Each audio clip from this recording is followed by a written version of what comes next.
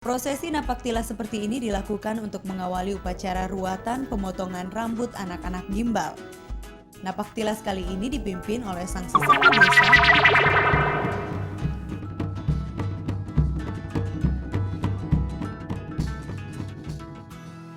Sebagian orang memang menjadikan model rambut gimbal sebagai pilihan untuk menambah kepercayaan diri. Tapi tidak bagi Helmi Puji Ardianti. Gadis kecil ini terlahir dengan rambut gimbal. Iya, jika Anda berkunjung ke daratan tinggi Dieng, jangan kaget bila melihat anak-anak berambut gimbal, seperti Helmi Puji. Dipercaya warga Dieng, hanya anak-anak terpilihlah yang bisa memiliki rambut seperti ini. Konon, mereka dipilih langsung oleh leluhur setempat, Kiai Tumenggung Kaladete. Setelah 6 tahun hidup dengan rambut gimbal, akhirnya Helmi Puji meminta kepada orang tuanya untuk memotongnya. Tak hanya itu, Helmi Puji juga memiliki permintaan khusus sebelum rambut gimbalnya dipotong. 5 ekor tikus putih dan sebuah selendang pelangi.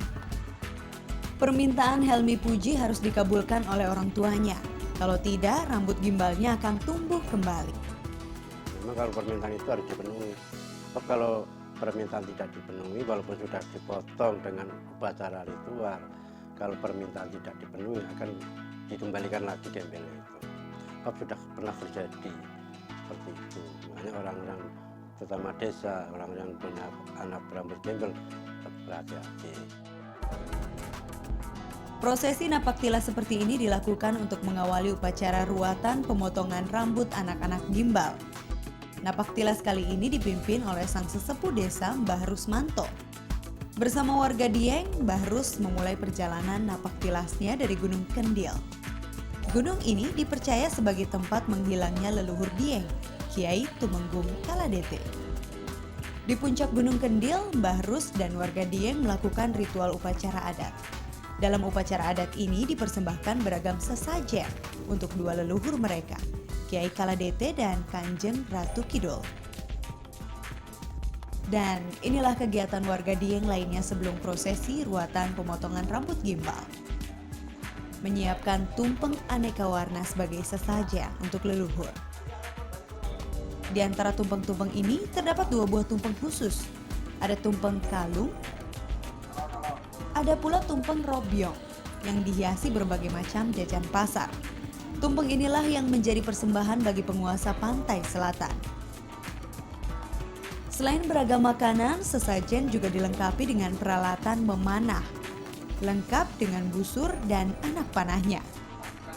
Tombak dan payung ini disiapkan sebagai pelengkap bagi 30 prajurit yang akan mengawal anak rambut gimbal ke tempat ruatan.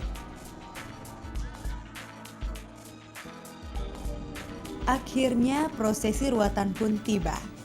Prosesi ruatan dipimpin oleh Mbah Rus dan beberapa sesepuh Dieng lainnya. Sesajen yang telah disiapkan tak lupa dibawa. Helmi Puji dan ketiga anak berambut gimbal lainnya turut serta dalam iring-iringan yang menuju ke tempat prosesi ruatan ini. Prosesi ruatan anak berambut gimbal dilakukan di kompleks Candi Dieng, Dieng Kulon, Banjarnegara. Di Sendang Mairo Koco inilah anak-anak Dieng berambut gimbal akan dimandikan dengan air kembang setaman. Setelah prosesi pemandian selesai, barulah puncak upacara ruatan anak berambut gimbal dilaksanakan. Sebagai sesepuh Dieng, Mbah Ruslah yang memimpin upacara pemotongan rambut gimbal. Setelah sejumlah doa dipanjatkan, prosesi pemotongan rambut pun dilaksanakan.